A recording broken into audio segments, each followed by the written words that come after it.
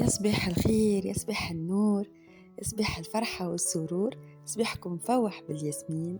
شنو أحوالكم؟ إن شاء الله تكونوا لاباس وفي خير وفي نعمة وفي صحة. رجعت لكم فيديو جديد بمناسبة العام الجديد. حبيت نقول لكم كل عام وانتم حيين بخير، إن شاء الله العام هذا يا ربي، إن شاء الله يا ربي العام هذا يكون خير وبركة علينا الناس الكل، نحققوا فيه أي حاجة تمنيناها وما زالت ما تحققتش. إن شاء الله ربي يبارك لنا في صحتنا وفي صغارنا، وإن شاء الله ربي يبارك لنا في أعمارنا، وربي يجعلنا من العبيد اللي يعملوا الحاجات الباهية وديما يحسنوا من رواحهم، يتقربوا الربي أكثر.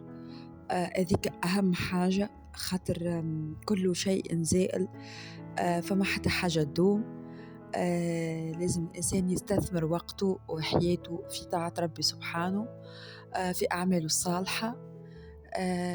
إكهو إن شاء الله تكون يا ربي فاتحة عام جديدة، وإن شاء الله نتوكلوا على ربي سبحانه في العام الجديد هذا، وشدة في ربي وقدرة ربي نوصلوا لأي حاجة نتمناوها وما زلنا ما حققناهاش بالطبيعة.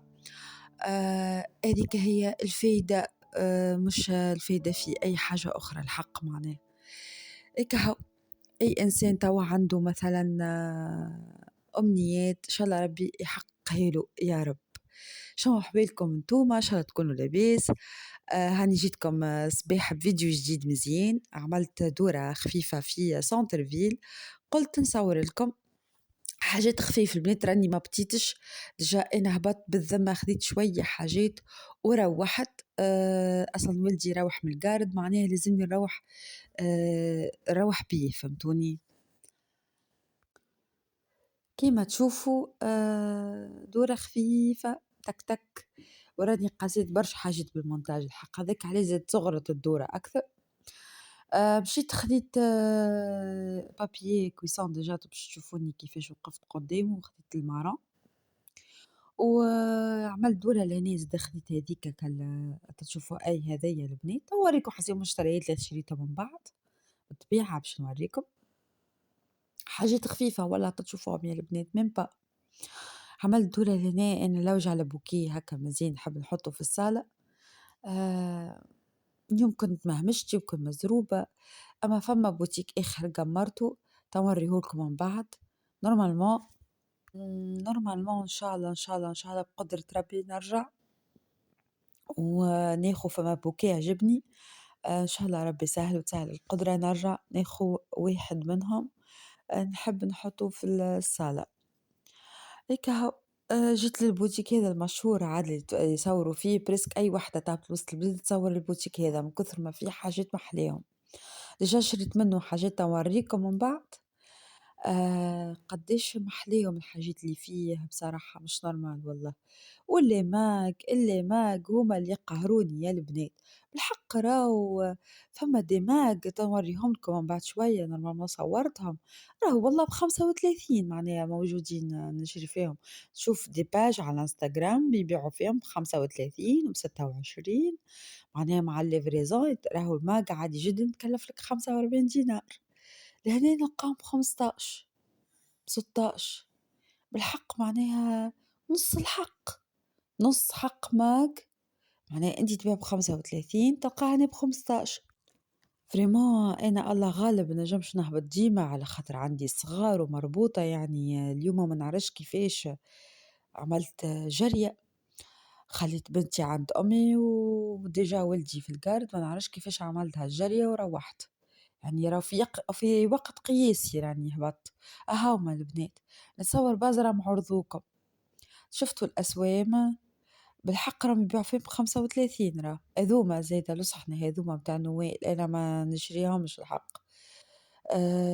راهو بصراحة شيء مهول معناه، مع الفريزون تتكلف لك راهي الحكاية.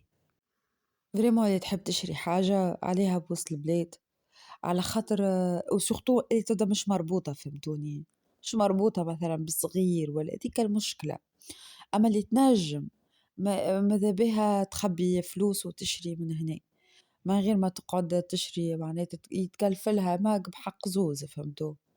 هيك قوس ونسكروه وربي يجيب الرزق للناس الكل، معناها كل واحد يخدم على روحه.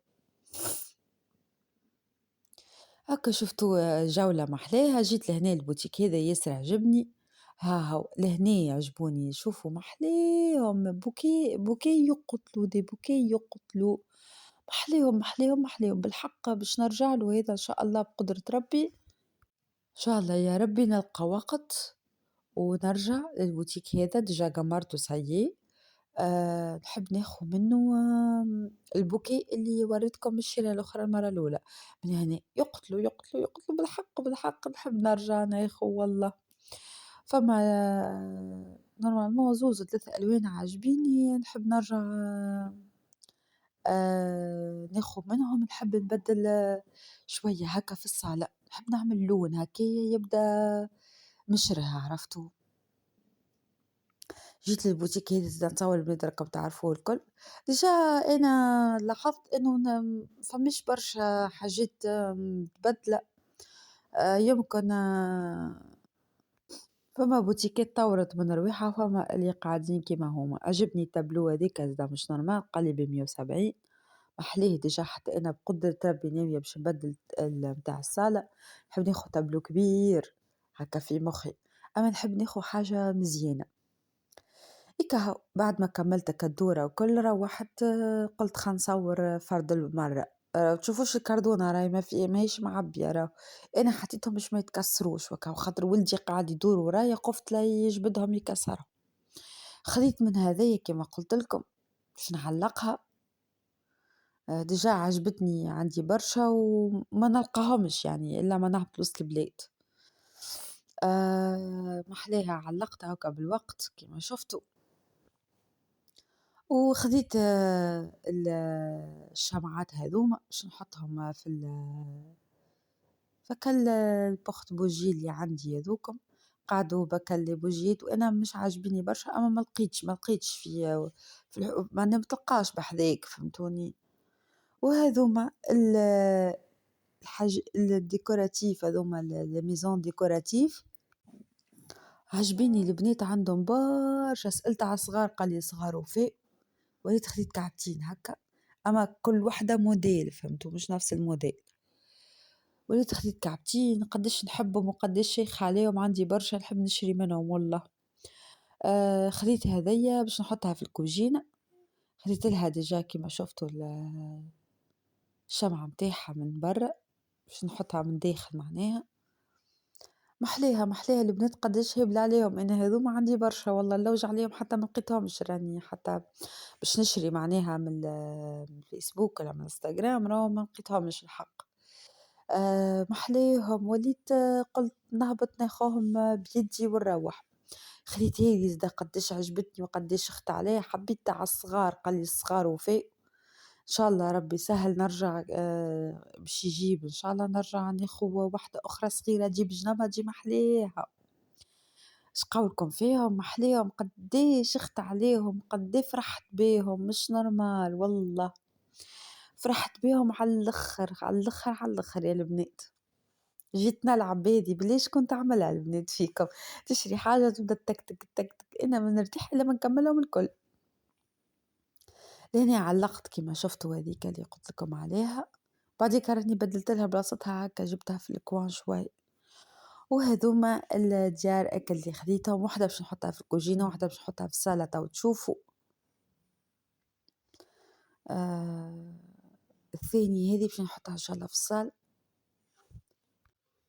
اش قولكم يا البنات؟ قولوا لي يعجبوكم الحاجات الخفيفه اللي شريتهم زينت بيهم الدار ولا لا؟ ما واحد كل ما يشري حويجة راهي تتعمر بشوية بشوية، تزيين وتبدل الديكور وتتفرهد نفسيا وكل شيء.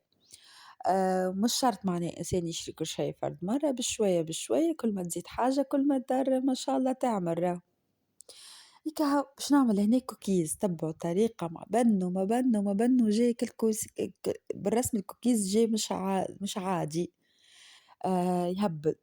خديت 100 جرام زبدة عليهم 5 مغارف سكر أسمر، اللي ما عندهاش سكر أسمر تنجم تعمل سكر الأبيض، أنا راني السكر الأسمر خديته من وسط البلاد خاطر كالعادة ما فماش معناها لوجت عليه في الحومة ما لقيتوش، وريت خديته من وسط البلاد من بنياغلي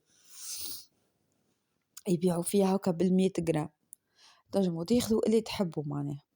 حسيلو فاتكم بالفيديو خديت 5 مغارف سكر أسمر عليهم كعبتين عظم ركضتهم بالكدا بيدي ولا ركضتهم بالباتور، وبعديكا زدتهم ساشي سكر فاني شوية ملح قرصة ملح البنات ما تكثروش وقرصة خميرة متاع جاتو كيف معناها بالمغرفة الصغيرة هكا دوبليج فهمتو متكثروش هيك ضربتهم بالباتور كيف وباش نزيدهم الفارينة خديت 250 جرام أنا خديت حاسيلو أنا نورمالمون كيلت أكثر أما بالعين جات سافا وباش نحركها بالفوي بشوية كيما تراو أنا راني زربت في الفيديو خاطر قعدت برشا نحرك وباش نزيدهم بابيت الشوكولا عندي الصغير والكبير بابيت الشوكولا وباش نحركها بالكدا كالعادة ولهني باش نشكلهم في الطبق متاعي أسامحوني قبل راني حاطتها في الفريجيدير حطيته يبرد حكاية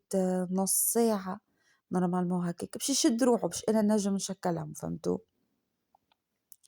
الزبدة ما حبيتش راني أنا على الجديدة حبيت على الأخرى ديليس ولا فيتالي أما مقطوعة ما كنت تعرف راس العام كل شيء تقطع هيك هاو باش نزينهم لهنا زادا عندي شوكولاتة زادا خديتها من بنياغلي زادا هذي بنينة برشا الشوكولا هذي اون ديري بالحق شوكولا مش كالشوكولاتة تاكلها تقوش عليك تاكل في البلاستيك ما نحبش الجملة هذيك وباش نزينها بالطبيعة لهني اخترت انه نعمل هكا طبق مزيان هكايا ومشرب باش نحطه فوق الطاولة في الصالة وبالطبيعة لازمني نشد روحي انا والصغار خاطر ما شاء الله جاي بنين على الاخر كيما تراو البنات المنظر متاعو اللهم بارك راهو بنين وهشوش وطري والله للي برد وقعد للعشية وجي راجلي وضيق لقاه بنين على الاخر قلت له اسمع باش نحل مشروع يا اخي ولا يضحك عليا انا قعدت كيما هذاك البنات كان تفكروها بتاع جري حموده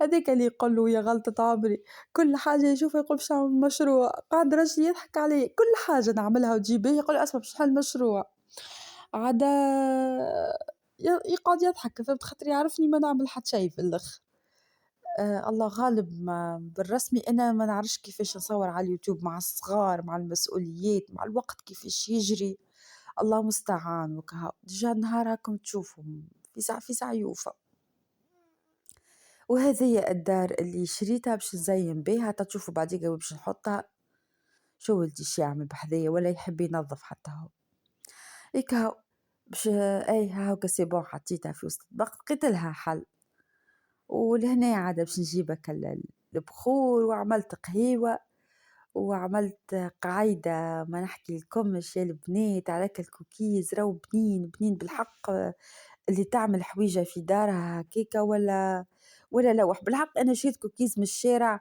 حجر بالحق تاكل في حجرة سامحوني معناه مش كيما أنك التراوة هذي بالحق راهو يذوب في الفم والله مصلي عندي بي ما شاء الله اللهم بارك